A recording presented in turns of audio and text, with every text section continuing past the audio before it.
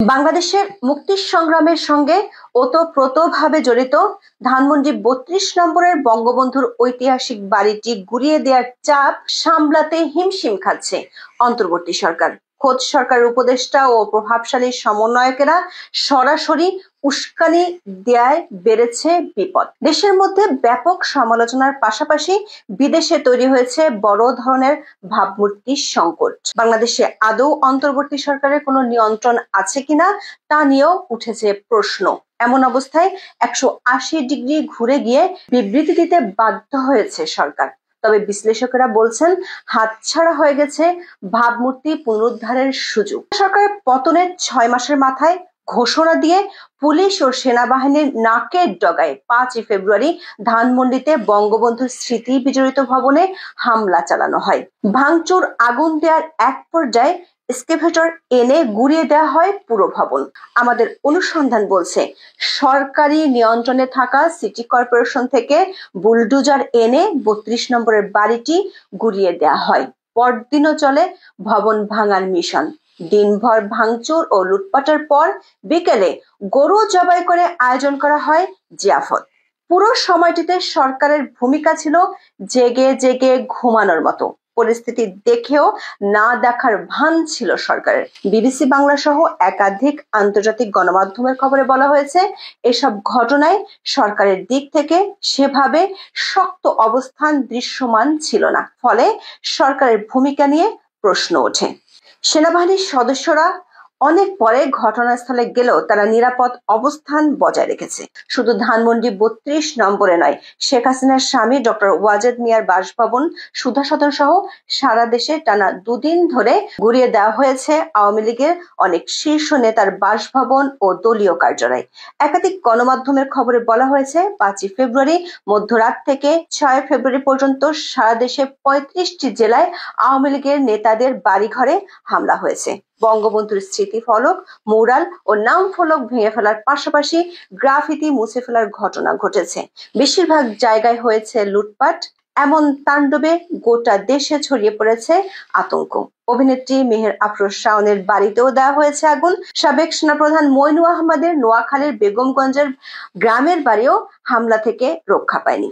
সারা দেশে এমন তাণ্ডবে সরকারের নির্লিপ্ততায় দেশে বিদেশে চলছে সমালোচনার ঝড়। আন্তর্জাতিক সংবাদ মাধ্যমগুলোতে বড় করে এসেছে মব রাজত্বের কথা। হিউম্যান রাইটস ওয়াচের মতো আন্তর্জাতিক মানবাধিকার সংগঠনগুলো বলছে মবের কাছে আত্মসমর্পণ করেছে অন্তর্বর্তী সরকার। সংস্থাটি ৬ ফেব্রুয়ারি বলেছে বাংলাদেশে একদল জনতা ক্ষমতাচ্যুত প্রধানমন্ত্রী শেখ হাসিনার ঢাকার পারিবারিক বাড়ি গুঁড়িয়ে দিয়েছে। শেখ হাসিনার আত্মীয় স্বজন এবং দলীয় নেতাদের সম্পত্তিও হামলার লক্ষ্যে পরিণত হয়েছে। তথাকথিত বুলডোজার মিছিলের নামে এ হামলার আগাম ঘোষণা সোশ্যাল মিডিয়ায় প্রচার করা হয়, অথচ কর্তৃপক্ষ কোনো পদক্ষেপ নিতে পারেনি। হিউম্যান রাইটস ওয়াচ পরিষ্কার বলেছে শেখ হাসিনার শাসনের বিরুদ্ধে ক্ষোভের ন্যায্যতা থাকলেও এর নামে আইনহীনতা গ্রহণযোগ্য নয়। বার্তা সংস্থা অ্যাসোসিয়েটেড প্রেস, CNN সহ একাধিক আন্তর্জাতিক সংবাদ মাধ্যম বলছে শেখ হাসিনার পতনের পর বাংলাদেশ অশান্তির মুখে। খবর হলো ৮ই আগস্টের পর থেকে ডক্টর ইউনূসের সরকারকে যেসব আন্তর্জাতিক সংস্থা ও দেশ সমর্থন দিয়েছে তারা বেজায় চটেছে সরকারের এমন নির্লিপ্ততায়। বঙ্গবন্ধুর বাড়িটি ধ্বংসের সময় একটি আন্তর্জাতিক নিষিদ্ধ সংগঠনের পতাকা উড়াতে দেখা গেছে। তা নিয়ে US স্টেট ডিপার্টমেন্ট থেকে কড়া কৈফিয়ত তলব করা হয়েছে সরকারের কাছে। ইউরোপীয় ইউনিয়ন থেকে শুরু করে আন্তর্জাতিক মানবাধিকার সংস্থাগুলো এ ধরনের নৈরাজ্যে সরকারের নির্লিপ্ততা নিয়ে কৈফিয়ত তলব করেছে। তারা সরকারের কাছে বেশ কয়েকটি প্রশ্ন রেখেছে। প্রথমত, ঘোষণা দিয়ে একটি ঐতিহাসিক ভবন গুঁড়িয়ে দেওয়ার হুমকি কেন সরকার এত হালকা ভাবে নিল? ভেঙে গুঁড়িয়ে দেওয়ার প্রায় 16 ঘন্টা পর কেন একটা দায়সারা গোছের প্রেস বিজ্ঞপ্তি দিয়ে সরকার দায়িত্ব সারল? দর্শক, বঙ্গবন্ধুর বাড়িটি গুঁড়িয়ে দেওয়ার পর প্রধান উপদেষ্টার দপ্তর থেকে ৬ ফেব্রুয়ারি বিকেল 4:15টায় প্রথম প্রেস রিলিজ ইস্যু করা হয়, যেখানে বলা হয়েছিল এই ঘটনাটি অনভিপ্রেত ও অনাকাঙ্ক্ষিত। খবর হলো আন্তর্জাতিক মহল থেকে চাপ আসা শুরু করলে গভীর রাতে সরকারের টনক নড়ে। রাতে নরম গরম সুরে সরকার প্রেস রিলিজ দেয়, সরকার এ ধরনের কর্মকাণ্ড শক্তভাবে প্রতিহত করবে। কিন্তু সরকার যখন এই প্রেস রিলিজ ইস্যু করে তখনও 32 নম্বরে ভাঙ্গাভাঙ্গি চলছিল জিয়াফত। 7 ফেব্রুয়ারি সকালে 3টি দেশের দূতাবাস থেকে সরকারকে জিজ্ঞেস করা হয় এ ধরনের নির্লিপ্ততা কতদিন চলতে থাকবে। এরপর সরকার পক্ষে টনক নড়ে। এরই মধ্যে সরকারের কাছে খবর আসে দেশের বেশ কয়েকটি স্থানে মাজার গুড়িয়ে দিতে চায় সরকার পক্ষের উন্মত্ত একটি অংশ। যারা ভাঙচুরের আহ্বান জানিয়েছিল তারা এবার শান্ত হওয়ার ডাক দেয়। তড়িঘড়ি করে ফেসবুক লাইভে এসে নিজেদের লোকজনকে শান্ত হওয়ার আহ্বান জানায় বৈষম্য বিরোধীরা। এরপর 7 ফেব্রুয়ারি সরকারের পক্ষ থেকে তৃতীয় সংবাদ বিজ্ঞপ্তি ইস্যু করা হয়। সেখানে বলা হয়েছে শেখ হাসিনা সহ আওয়ামী লীগের রাজনীতিবিদদের কারোর সম্পত্তিতে আর কোনো হামলা না করার আহ্বান জানিয়েছেন প্রধান উপদেষ্টা ডক্টর মোহাম্মদ ইউনূস। শেষ সংবাদ বিজ্ঞপ্তিটি নিয়ে আরো বিতর্ক দেখা দিয়েছে। 32 নম্বর বাড়িটি আওয়ামী লীগের সম্পত্তি হলো কিভাবে? যে বাড়িটির সাথে বাংলাদেশের স্বাধীনতা যুদ্ধের ইতিহাস জড়িত, সে বাড়িটি একটি দলের সম্পত্তি হয় কিভাবে? দর্শক, আরো একটি বিষয় খেয়াল করে দেখুন। মধ্যরাতে ইস্যু করা দ্বিতীয় প্রেস রিলিজে সরকার বলেছিল আর কোনো হামলা বরদাস্ত করা হবে না। 15 ঘন্টার ব্যবধানে ঘুরে গিয়ে তৃতীয় প্রেস রিলিজে জানাচ্ছেন আহ্বান। সূত্রগুলো বলছে সরকারের যে গ্রুপগুলো উন্মত্ততা চালিয়েছে তাদের দমাতে পারছে না, আবার আন্তর্জাতিক চাপে দর্শক হয়ে বসেও থাকতে পারছে না। এ যেন শ্যাম রাখি না কুল রাখি অবস্থা। তৃতীয় সংবাদ বিজ্ঞপ্তির শেষ দিকে সরকার বলছে আইন শৃঙ্খলার অবনতি বিশ্বকে ভুল বার্তা দিবে। বিবৃতিতে উল্লেখ করা হয়েছে নতুন বাংলাদেশের সমর্থকদের এমন কোনো আচরণ করা উচিত হবে না যা বর্তমানের প্রতিষ্ঠানগুলোর সঙ্গে ক্ষমতাচ্যুত সরকারের সময়কার তুলনা করার সুযোগ করে দেয়, আর সেই তুলনা যতই অন্যায্য হোক না কেন। আন্তর্জাতিক মহলের চাপের সংকেত দিয়ে মবকে বাগে আনতে চাইছে সরকার। সবশেষ খবর হলো ইউরোপীয় ইউনিয়নের 14টি এম্বাসি থেকে গত 2 দিনের ঘটনায় সরকারের কাছ থেকে দৃশ্যমান আইনি কি ব্যবস্থা নিয়েছে তা জানতে চেয়েছে। কিন্তু আমাদের পর্যবেক্ষণ হলো দায়ী ব্যক্তিদের বিরুদ্ধে কঠোর ব্যবস্থা নিতে হলে ঘর ভেঙে পড়বে সরকারের, ফলে সে পথে হাঁটার কোনো সুযোগ নেই। আবার এর ফলে দৃশ্যমান কোনো ব্যবস্থা নিতে সরকার অক্ষমতা আরো দুর্বল করবে সরকারের ভাবমূর্তি। ফলে গুড়িয়ে দেওয়ার কর্মসূচি বুমেরাং হয়ে হাজির হয়েছে অন্তর্বর্তী সরকারের সামনে। এমনকি প্রায় 24 ঘন্টা নীরব ভূমিকা পালনের পর সরকারের ভূমিকা নিয়ে বিএনপিও প্রশ্ন তুলেছে। দলের পক্ষ থেকে 6 ফেব্রুয়ারি রাতে এক বিবৃতিতে বলা হয় পরিস্থিতি নিয়ন্ত্রণে সরকার সক্ষমতা দেখাতে না পারলে রাষ্ট্র ও সরকারের স্থিতিশীলতা হুমকির মুখে পড়বে।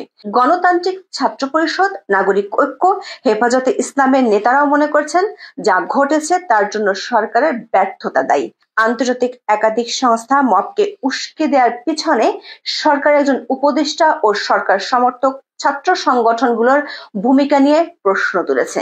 অন্তর্বর্তী সরকার উপদেষ্টা আসিফ মাহমুদ সজীব ভুঁইয়া 5 ফেব্রুয়ারি ফেসবুক পোস্টে লেখেন উৎসব হোক। এমনকি 5 ফেব্রুয়ারি বঙ্গবন্ধুর বাড়িটি ভাঙার সময় সরকারের নির্লিপ্ততা নিয়ে যখন পরদিন সরকারের সমালোচনা হচ্ছিল তখনও উপদেষ্টা আসিফ মাহমুদ নিজের ফেসবুক পেজে সাফাই গিয়ে লেখেন হাসিনার বাংলাদেশ বিরোধী, গণঅভ্যুত্থান বিরোধী বক্তব্য যেই গণক্ষোভের জন্ম দিয়েছে তারই বহিঃপ্রকাশ ঘটেছে 32 নম্বরে। সরকার কি করবে? খুনি হাসিনা দেশের মানুষকে বিক্ষুব্ধ করে তুলবে, আর সরকার জুলাইয়ের সেই ছাত্র জনতার বিরুদ্ধে আইন শৃঙ্খলা বাহিনীকে অস্ত্র ধরতে বলবে। ইট মারলে পাটকেল খাওয়ার প্রস্তুতিও রাখা উচিত। আবার ডক্টর ইউনূসের নিয়োগকর্তা বলে পরিচিত বৈষম্য বিরোধী ছাত্র আন্দোলনের শীর্ষ নেতা হাসনাত আব্দুল্লাহ 5 ফেব্রুয়ারি সন্ধ্যা 6টা 25 লেখেন আজ রাতে বাংলাদেশ ফেসিবাদের তীর্থভূমি মুক্ত হবে। 32 নম্বর গুড়িয়ে দেওয়ার সময় রাত 10টা 28 আর এক পোস্টে তিনি লেখেন ফেসিবাদের চিহ্ন বিলোপের সাথে সাথে হাসিনা সহ গণহত্যাকারীদের বিচার নিশ্চিত এবং আওয়ামী লীগকে নিষিদ্ধ ঘোষণা করতে হবে। সারা দেশে মব ভায়োলেন্সের প্রতিবাদ করার প্রতিক্রিয়ায় হাসনাত আব্দুল্লাহ 6 ফেব্রুয়ারি ফেসবুকে লেখেন ফেসিবাদ পতনের পক্ষে যারা ছিল না আজকে তাদের চিনে রাখুন। বৈষম্য বিরোধী ছাত্র আন্দোলন এবং জাতীয় নাগরিক কমিটির ফেসবুক পেজ থেকে হামলা ভাঙচুরের প্রতি সমর্থন জানিয়ে একের পর এক পোস্ট আমরা দেখেছি। সরকার উপদেষ্টা থেকে শুরু করে সরকার সমর্থকদের প্রকাশ্য সমর্থনের কারণে এটা স্পষ্ট যে শেখ হাসিনার বক্তব্যকে ঢাল বানিয়ে নতুন করে তারা ত্রাসের রাজত্ব তৈরিতে ভূমিকা রেখেছেন। এতে ভয়াবহ বিপদের মুখে পড়েছে ডক্টর ইউনূসের সরকার। বাংলাদেশের স্বাধীনতার স্মৃতি গুঁড়িয়ে দেওয়ার ঘটনায় নতুন করে সামনে এসেছে সেই রিসেট বাটন তথ্য। গত 27শে সেপ্টেম্বর ভয়েস অব আমেরিকাকে সাক্ষাৎকার দেওয়ার সময় এমন তথ্য হাজির করে ব্যাপক তোপের মুখে পড়েন ডক্টর মোহাম্মদ ইউনূস। ইউরোপীয় ইউনিয়নের মানবাধিকার কমিশনের একাধিক সূত্র থেকে আমরা জানতে পেরেছি, তারা সরকারের কাছে স্পষ্টত জানতে চেয়েছে, দুদিন পার হয়ে গেলেও এখনো মবকে কেন ৩২ নম্বর থেকে সরিয়ে নেওয়ার ব্যবস্থা করা হয়নি, কেন এখনো মামলা সহ আইনানুগ ব্যবস্থা নেওয়া হয়নি। সরকারি বিভিন্ন দপ্তর থেকে কিভাবে বুলডোজার নিয়ে গেল সেই প্রশ্ন উঠে এসেছে। যারা ধ্বংসযজ্ঞ চালিয়েছে তাদের পক্ষে সরকারের উপদেষ্টাদের স্ট্যাটাস দেওয়ার ঘটনায় বিস্মিত ও ক্ষুব্ধ সরকারের বিদেশি বন্ধুরা। বাংলাদেশে অবস্থান করা জাতিসংঘের ফ্যাক্ট ফাইন্ডিং কমিটিও গত দুদিনের ঘটনায় হতবাক। এদিকে স্পষ্ট ভাষায় ঘটনার কড়া নিন্দা জানিয়েছে ভারত। ভারতের পররাষ্ট্র মন্ত্রণালয়ের মুখপাত্র রণধীর জয়সওয়াল ৬ ফেব্রুয়ারি বলেন, দখলদারি এবং অত্যাচারী গোষ্ঠীর বিরুদ্ধে বাংলাদেশের জনগণের বিরোচিত প্রতিরোধের প্রতীক শেখ মুজিবুর রহমানের ঐতিহাসিক বাসভবন ধ্বংস করে দেওয়ার ঘটনা দুঃখজনক। আমাদের পর্যবেক্ষণ হলো ৩২ নম্বরে গুঁড়িয়ে দেওয়া ভবন ধস নামিয়েছে সরকারের ইমেজে। যে কৌশল নেওয়া হয়েছিল তা পুরোপুরি ব্যর্থ হয়েছে। এমনকি ট্রাম্প মোদি বৈঠকের ঠিক আগে এমন ঘটনা বড় ঝুঁকিতে ফেলেছে অন্তর্বর্তী সরকারকে। আজ এ পর্যন্ত। সবাই ভালো থাকুন, সুস্থ থাকুন, নিরাপদে থাকুন।